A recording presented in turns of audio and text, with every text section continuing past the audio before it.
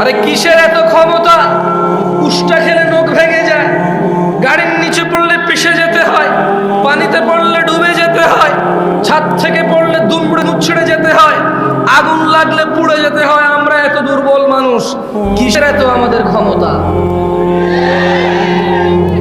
20 kilometre বেগ দৌড়ানোর ক্ষমতা, অথচ আল্লাহ এই দুইটা পা দিয়ে 60 বছর দাঁড় করে রাখে। এমন পা যেখানে একটা কাঁটা ঢুকে যায়, এই একটা ছোট্ট কাঁটা আর সুই ঢুকে গেলে হাঁটার ক্ষমতা নাই কারো ব্যথায়। এত দুর্বল মানুষকে কে সোজা সাবলীল করে হাঁটায়? তাহলে ইবাদত কার হবে? উনি সালাতে ডাকলে ঘুমায় থাকার ক্ষমতা ওনার বান্দাদের আছে। যারা ঘুমিয়ে থাকে তারা কি কৃতজ্ঞ নাকি অকৃতজ্ঞ?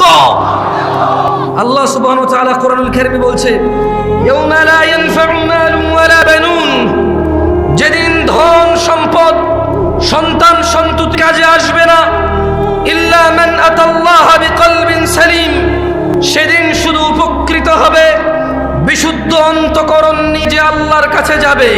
সিগারেটখোর, মদখোর, জুয়ারি, নেশারি, মারামারি করা লোক, দুর্নীতিবাজ, ঘুষখোর, সুদখোর, মিথ্যাবাদী, মিথ্যুক, নাচ গান করনেওয়ালা, এদের হৃদয় বিশুদ্ধ নাকি 5 ওয়াক্ত সালাত আদায়কারী সদা সত্যবাদী আল্লাহ ভীরু, এদের হৃদয় বিশুদ্ধ? কার?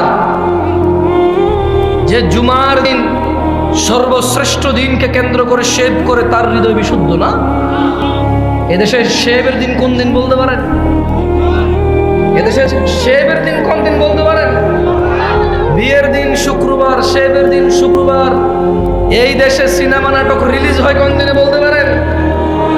কেন? সবার বন্ধ, সময় আছে সিনেমা দেখবে, এই জন্য শুক্রবারে সিনেমা নাটক বের হয় দেশে।